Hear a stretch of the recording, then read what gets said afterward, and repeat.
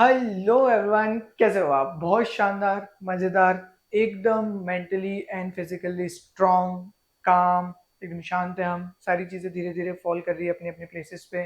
चीज़ें हम रिवाइज कर पा रहे हैं समय के साथ साथ। हमारे जो टारगेट्स हैं वो हम अचीव कर पा रहे हैं।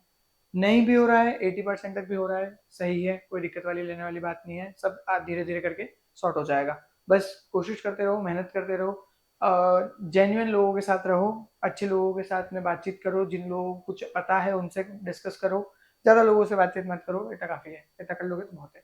आज का वीडियो बहुत इंपॉर्टेंट है बिकॉज आज हम डिस्कस करने वाले हैं फंडामेंटल प्रोसेस की वन स्टॉप सोल्यूशन क्या होना चाहिए, विच इज़ यूनिट नंबर 3। तो आज हम डिस्कस करेंगे भाई साहब हमको क्या करना चाहिए अगर हमको यूनिट नंबर 3 को प्रिपेयर करना है तो। ठीक है, so will be discussing it, let's start. कहानी शुरू करते हैं भैया। Just give me a moment, let me set the marker.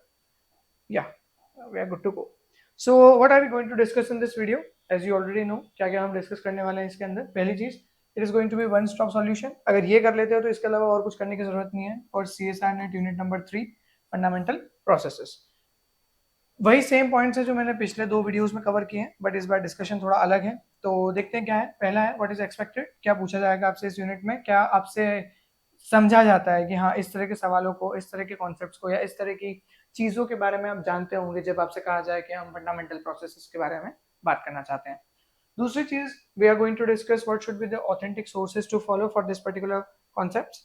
और you should be also understanding के अप्रोच क्या होना चाहिए आपकी, and it should be practical approach. Ideal approach तो ये है कि सारा पढ़ के चले जाओ, सारे सवाल कर लो, बट किसी से नहीं बनते सारे सवाल। ठीक है, कितना भी पढ़ लो, 100% यूनिट के क्वेश्चन आप कभी भी नहीं बना पाओगे। तो इस मिथ से थोड़ा बाहर रहो कि हम 100% पेपर बना के आ जाएंगे। इसीलिए 4 यूनिट तैयार करके जाना बहुत ज्यादा खतरनाक होता है। आपको लगता है कि एक यूनिट से 30 नंबर का क्वेश्चन पेपर आएगा तो हम 30 के 30 नंबर ले आएंगे, ऐसा रियलिस्टिकली पॉसिबल नहीं है बच्चे। हाँ, ठीक है। सो प्रैक्टिकल अप्रोच क्या होना चाहिए, will be discussing it. Research paper कितना इंपॉर्टेंट है इस यूनिट में, और क्या सच में इससे सवाल पूछे जाते हैं रिसर्च पेपर से। फिर जो अलग अलग पब्लिकेशंस हैं उनके जो कंपाइलेशंस हैं उनकी जरूरत है क्या, और लास्टली पीवाईक्यूज को कैसे यूज किया जाना चाहिए इस पर्टिकुलर यूनिट को अगर हम टारगेट करते हैं तो। ठीक है, चलो भैया शुरू करें अगली कहानी। First concept, what are we discussing. पहली कहानी जो हम बात कर रहे हैं यहाँ पे, what is expected from you in this unit. तो पहली चीज तो इस आंसर को करना थोड़ा सा टफ नट है ये, है ना। मॉलिक्यूलर बायोलॉजी जो है it is a tough nut to crack. इतनी आसानी से क्रैक होता नहीं है मेरे हिसाब से। माय पर्सनल एक्सपीरियंस अगर मैं बोलूँ तो this is the toughest unit in the 13 units, है ना। मतलब बहुत बड़ी बात लग रही होगी तुमको सुन के, बट एक इंटरेस्टिंग फैक्ट समझना है इस यूनिट के बारे में। ये यूनिट जो सिलेबस की यूनिट है वो है ही नहीं, ये यूनिट उससे बहुत बाहर तक है।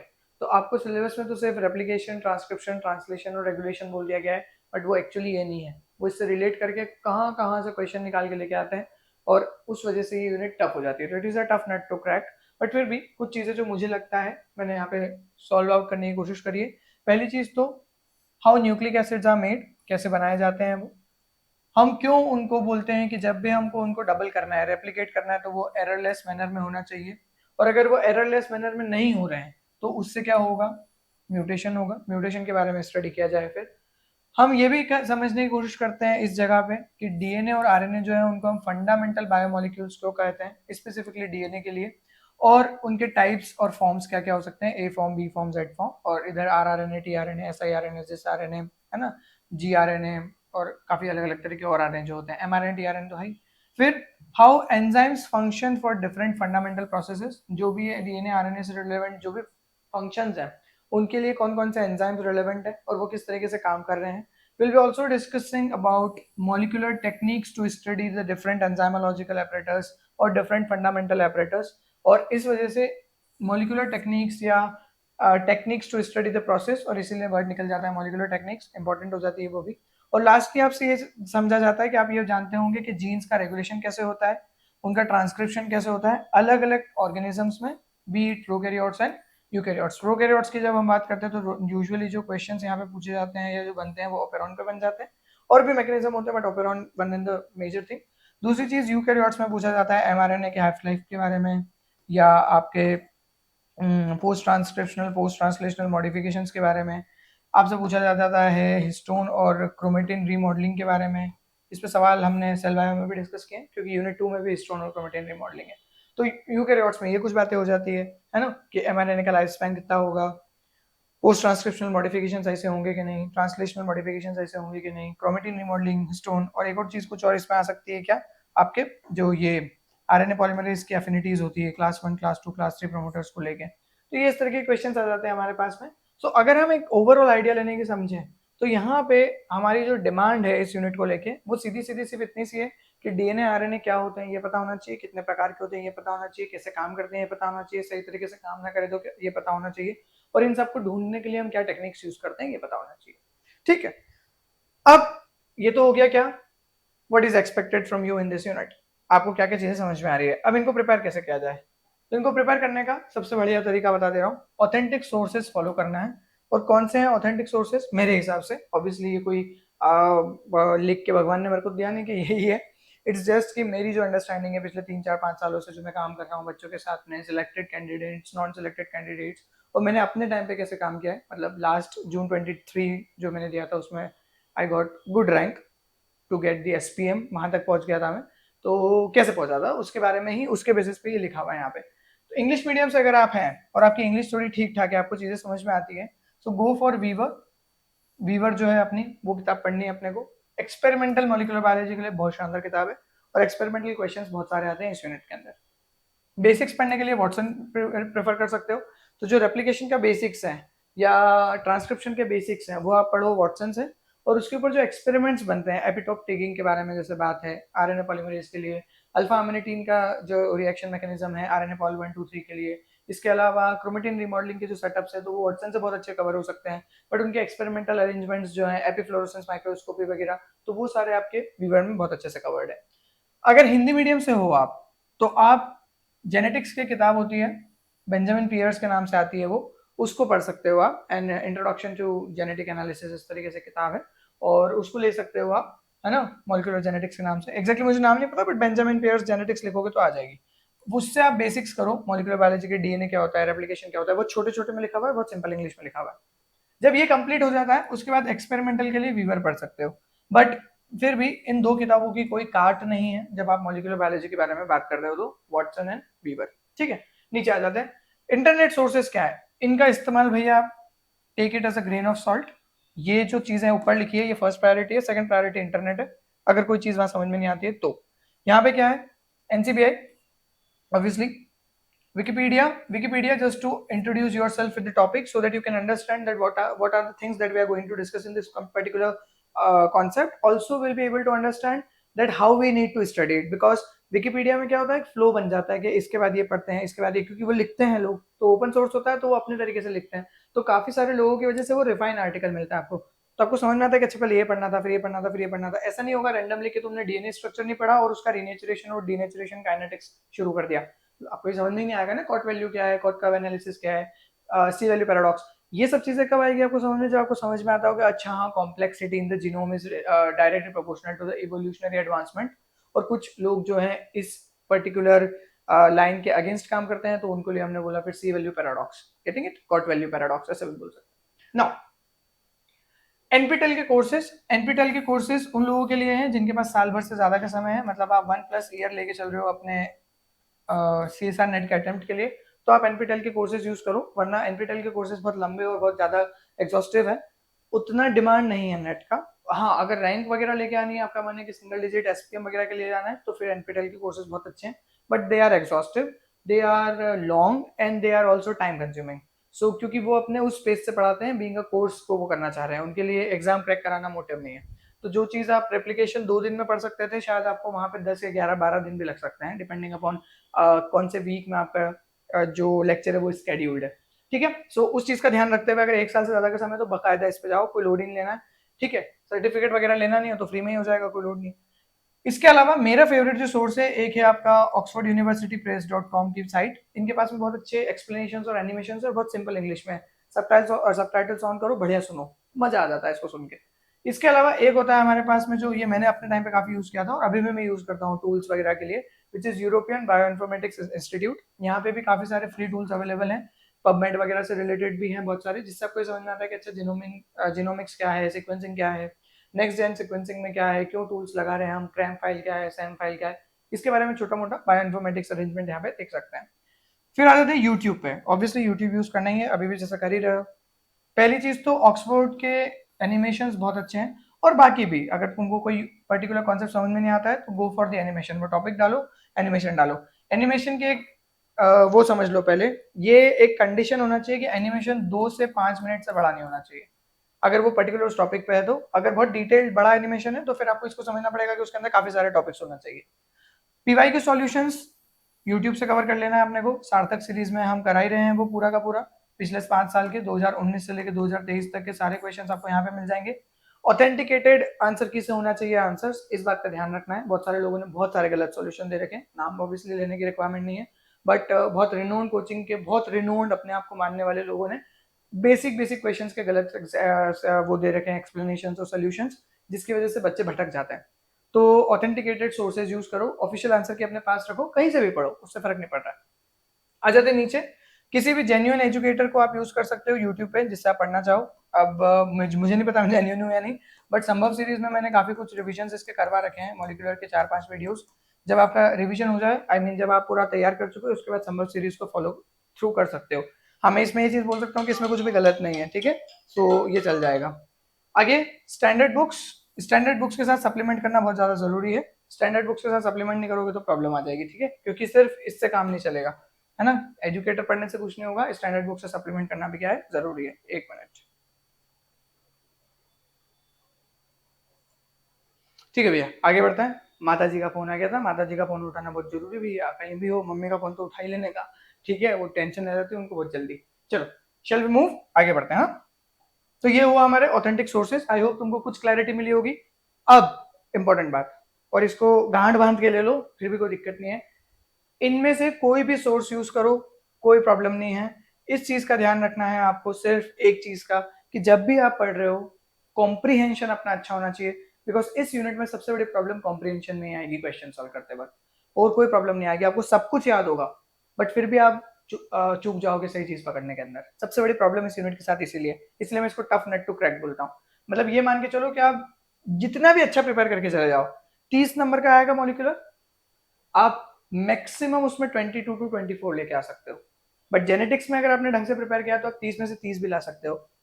इसके अलावा आपकी इकोलॉजी में भी पॉसिबिलिटी है 26-27 लाने के, इवोल्यूशन में पॉसिबिलिटी है 26-27 लाने के, इसमें नहीं है, क्योंकि ये बहुत ही रैंडमाइज्ड यूनिट है, कोई सा भी बायो इन्फो का टूल कहीं से भी उठ के कैसे भी आ जाएगा, कोई भी नया जीन इंटरेक्शन निकाल देगा, कोई गारंटी नहीं है।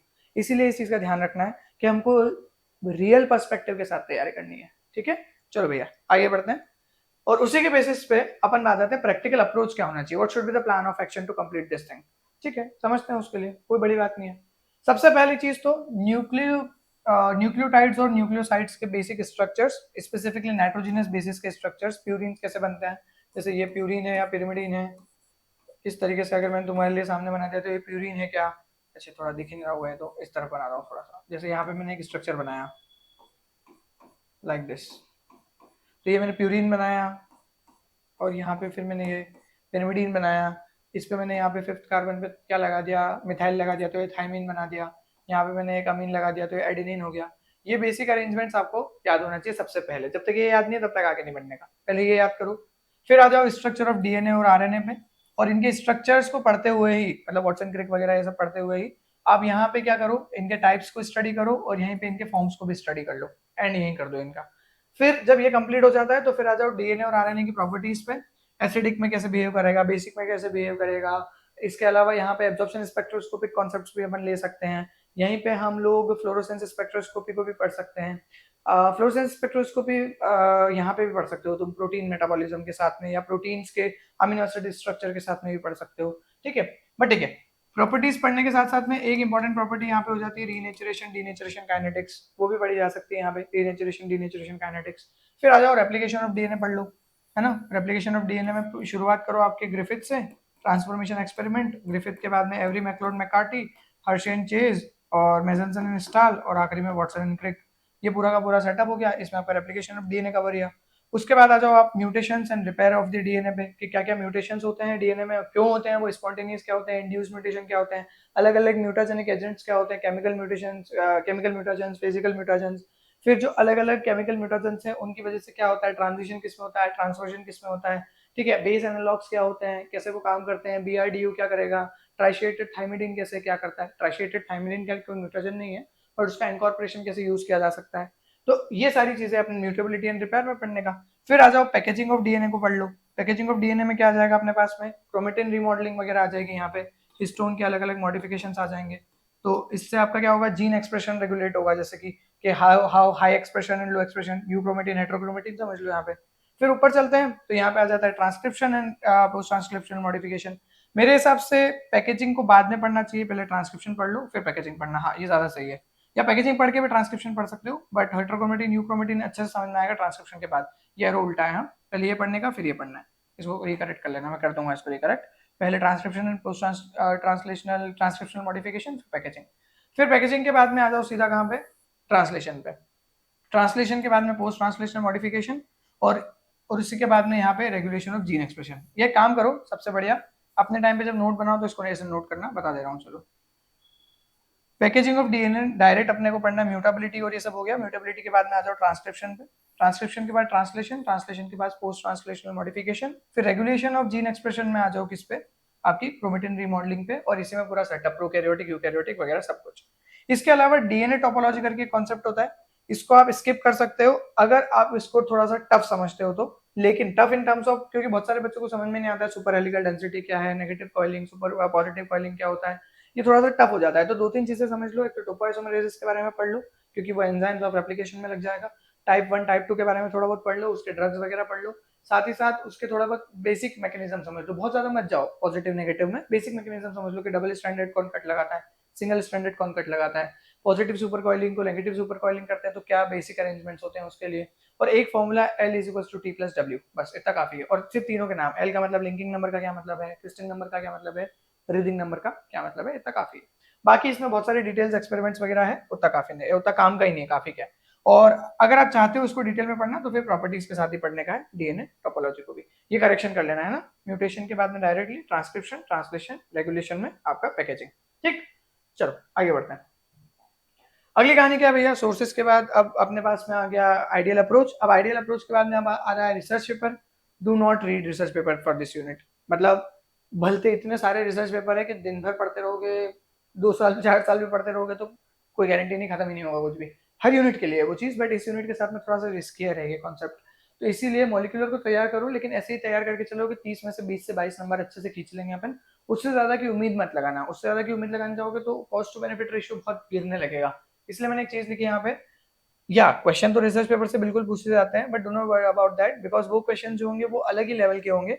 और वो सिर्फ ऐसा नहीं होगा कि आपसे बनेंगे नहीं, ध्यान से सुनना इस बात को, मैं नहीं कह रहा हूँ कि आप बनेंगे नहीं, लेकिन अगर वो क्वेश्चन 4 मिनट या 5 मिनट में बनने वाला होगा तो वहां पे वो 10 या 15 मिनट खा जाएगा। और 3 घंटे के पेपर में 10 मिनट एक क्वेश्चन को देना किसी बेवकूफी ही है, और मैं नहीं चाहूंगा कि तुम ऐसी बेवकूफी करो। सही है ना, आगे बढ़ो नाउ। इसीलिए रिसर्च पेपर का इस यूनिट के लिए कॉस्ट टू बेनिफिट रेशियो बहुत ही घटिया है, डोंट डू दिस। मेरे हिसाब से तो नहीं करना चाहिए, बाकी आपकी जैसी बुद्धि और विवेक कहे उसके हिसाब से कर सकते हो। आगे, do compilation of different publication suffices the need. Okay, here's this question we are having with, कि क्या भैया कंपाइलेशन से कुछ होता है क्या। Do not go for compilation specifically for molecular biology, because अभी मैंने तुमको ये बात बताई कि बहुत ही वास्ट सेटअप में क्वेश्चंस पूछे जाते हैं। तो कंपाइलेशन जो होंगे वो आपको कॉन्टेक्स्ट नहीं दे पाएंगे, और बिना कॉन्टेक्स्ट के आप कॉन्सेप्ट नहीं समझ पाओगे। तो कॉन्टेक्चुअल कॉन्सेप्ट बिल्ड करने के लिए अपने को स्टैंडर्ड बुक पढ़ना ही पड़ेगी, या हमको विजुअलाइजेशन करने ही पड़ेंगे, सीखना ही पड़ेगी चीजें। तो do not go for compilation for specifically this unit. हाँ, ऐसे 2 4 5 फैक्ट क्वेश्चन निकल जाएंगे, 20 30 में से तुम 10 नंबर 11 नंबर ले आओगे। बट मैं यहाँ बात कर रहा हूँ कि जब आप वन स्टॉप सॉल्यूशन की बात करो तो फिर आपको कहीं और नहीं जाना चाहिए। तो कंपाइलेशन वन स्टॉप सॉल्यूशन तो डेफिनेटली नहीं है, इस यूनिट के लिए तो बिल्कुल भी नहीं है। ठीक है, नो। तो यहाँ पे अपने खुद के नोट्स बनाने पे थोड़ा सा ध्यान दो इस यूनिट के लिए स्पेसिफिकली। अभी तक पिछले दोनों में मैंने अपना नोट्स बनाने के लिए नहीं कहा है, इसके लिए मैं बोल रहा हूँ क्योंकि यहाँ जरूरत पड़ेगी। ये मेरे हिसाब से टफेस्ट यूनिट है, जैसा कि मैंने तुमको पहले भी बताया, क्योंकि इसके ओवरलैपिंग बहुत ज्यादा है मॉडर्न बायोलॉजी में, स्पेसिफिकली अप्लाइड में, और आपका आरडीटी वगैरह को लेते हुए, मॉलिक्यूलर मार्कर्स को लेते हुए यूनिट नंबर 13 में। इसके अलावा यहाँ पे एक चीज और जो मैंने तुमको बोला, और ये बहुत ही इंपॉर्टेंट पॉइंट है, इसको याद रखना, और हमेशा जब भी कोई बुक पढ़ना शुरू करो इस चीज पे ध्यान देना। Compilation will give you mental satisfaction. आपको वो मेंटली सेटिस्फेक्शन तो बहुत दे देगी कि यार हमने पढ़ लिया, मॉलिक्यूलर तैयार कर लिया, मॉलिक्यूलर तैयार कर लिया, लोग बाग यूट्यूब के लेक्चर्स को देख लेते हैं और उनको लगता है कि उनकी यूनिट तैयार हो गई है। अच्छा, तो हम क्या यहाँ पे क्या कर रहे हैं फिर? यूट्यूब के लेक्चर को देख के यूनिट तैयार हो गई है कैसे जज कर ले रहे हो आप, जब तक आपने क्वेश्चन ही सॉल्व नहीं किया, जब तक आपने पीवाईक्यू सॉल्व नहीं किया। फिर वो यूट्यूब पे भी वही चीज देखते हैं कि पीवाईक्यू सॉल्यूशन देख लेंगे और उनको लगेगा कि सब हो गया। नहीं बाबा, नहीं होगा। मैं अपनी सार्थक सीरीज भले मैं खुद चला रहा हूँ, बट मैं कभी भी ये नहीं बोल सकता कि सार्थक सीरीज देखने से तुम्हारा सिलेक्शन हो जाएगा। सार्थक सीरीज देखने से तुमको ये समझ में आ जाएगा कि तुम कितने पानी में हो, सही जगह पे हो या नहीं हो, और नहीं हो सही जगह पे, सही जगह पहुंचना कैसे। सिर्फ ये 3 चीजें सिखा सकता है आपको कोई भी पीवाईक्यू सीरीज। कोई सिलेक्शन नहीं करवा सकता पीवाईक्यू सीरीज। मैं खुद चला रहा हूं बट फिर भी बोल रहा हूं क्योंकि दिस इज द रियलिटी। ठीक है ना? यहां पे आ जाते हैं आखिरी। आप कोचिंग मटेरियल को रेफर कर सकते हो, कोई प्रॉब्लम नहीं है उसमें, बट उसमें भी एक बात ध्यान रखने वाली बात है कि जो कोचिंग मटेरियल होना चाहिए उसको पढ़ने के बाद आपको सॉल्व करने में मदद मिलना चाहिए पीवाईक्यूज को। ऐसा नहीं होना चाहिए कि कोचिंग मटेरियल में 500 पन्ने की मॉलिक्यूलर बायोलॉजी के मॉड्यूल तो थमा दी, उसको पढ़ने के बाद में 5 में से 3 सवाल भी अपने से नहीं बन रहा, हिल ही नहीं रहा सवाल, चल क्या रहा है यहाँ पे, तो ऐसा पढ़ने का क्या मतलब है? ठीक है, तो I think skip compilation for this unit, let's move on. आखिरी बात, how to use PYQ for this. बहुत ही आसान है, जो पहले बताया था वही वापस बता रहा हूं। पिछले 4 शिफ्ट के मॉलिक्यूलर बायोलॉजी के क्वेश्चन सॉल्व करो। अगर पीबीपीटीएस में हो तुम, जो डिटॉक्स बायोलॉजी का प्रोग्राम है, तो उसमें तुमको स्पेसिफिकली पूरे 5 साल के पेपर मिल जाएंगे मॉलिक्यूलर बायोलॉजी के टेस्ट के नाम से। 3 घंटे का पूरा टेस्ट होगा, वो पूरा दो एक ही बार में, बी और सी दोनों मिला के दो। 120 के आसपास क्वेश्चन होंगे, जैसा कि तुमने सेल बायो और बायोकेमिस्ट्री का दिया। नंबर तो अच्छे नहीं आए हैं पता है मुझे, अपने एनालिसिस पे ध्यान दो।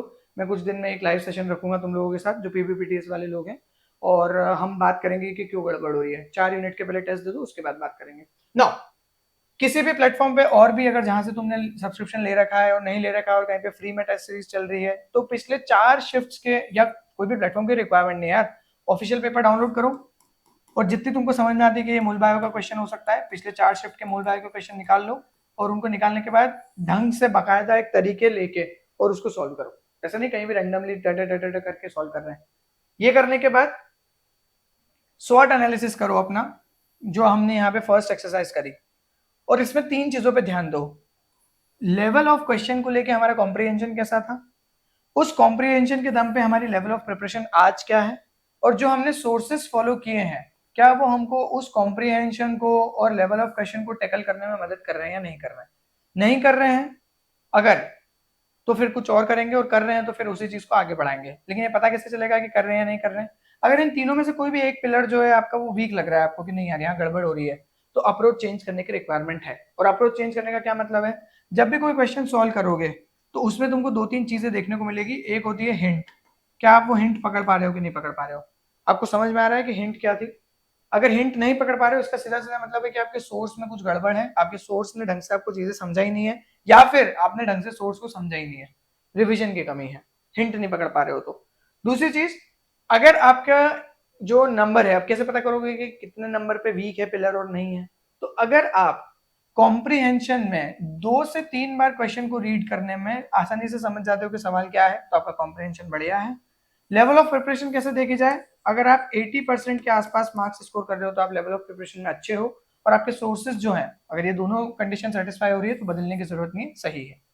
आखिरी चीज, इस यूनिट के लिए स्पेसिफिकली डायग्राम्स का यूज करना है नोट्स में काफी सारा, और फ्लो चार्ट्स बनाने काफी सारे, क्योंकि याद करने की बहुत सारी चीजें हैं। Transcription factor, translation factors, prokaryotes, eukaryotes. Prokaryotes में तो इतने कुछ है नहीं खास, बट ट्रांसलेशन फैक्टर है प्रोकैरियोट्स में ना, शैंडल गैनर सीक्वेंस क्या है, इसके अलावा 16 एसआर आरएनए, 18 एसआर आरएनए, इतना कुछ है याद करने के लिए। इस यूनिट में बहुत कुछ रखना पड़ता है, तो डायग्राम्स और फ्लो चार्ट्स को यूज करो नोट्स में, और उन डायग्राम्स और फ्लो चार्ट्स को क्वेश्चन सॉल्विंग में भी यूज करो। यहाँ पे बच्चे गड़बड़ कर देते हैं, नोट्स तो वो बहुत ब्यूटीफुल बनाते हैं लेकिन उसका कुछ याद नहीं रह पाता उनको, क्योंकि वो कनेक्ट ही नहीं कर पाते क्वेश्चन के साथ।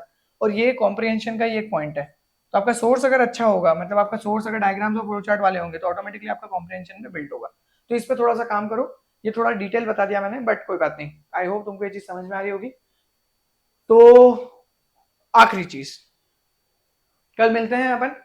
मैं कोशिश कर रहा हूँ कल ये वीडियो कंप्लीट करके फंडामेंटल प्रोसेसेस के क्वेश्चंस करेंगे कल, सीएसआर नेट 2023 से 2019 तक के। सोचना जरूर जो भी अपन ने बात कही है, और हमेशा मुस्कुराते रहो, मजे करो जीवन में, मस्त काम करने के लिए आए अपन, अच्छा काम करेंगे, ठीक है। सो इसी के साथ thank you for your time. Cell bio का वीडियो अपलोड हो चुका है, यहाँ तक देखने के लिए क्या तुम्हारे काम का ही तो वीडियो था, चलो just kidding. Thank you for your time, see you tomorrow. Take care. Self help video पे फीडबैक जरूर देना, और जो भी अपडेट्स हो I will definitely do it. Yeah good night बच्चे।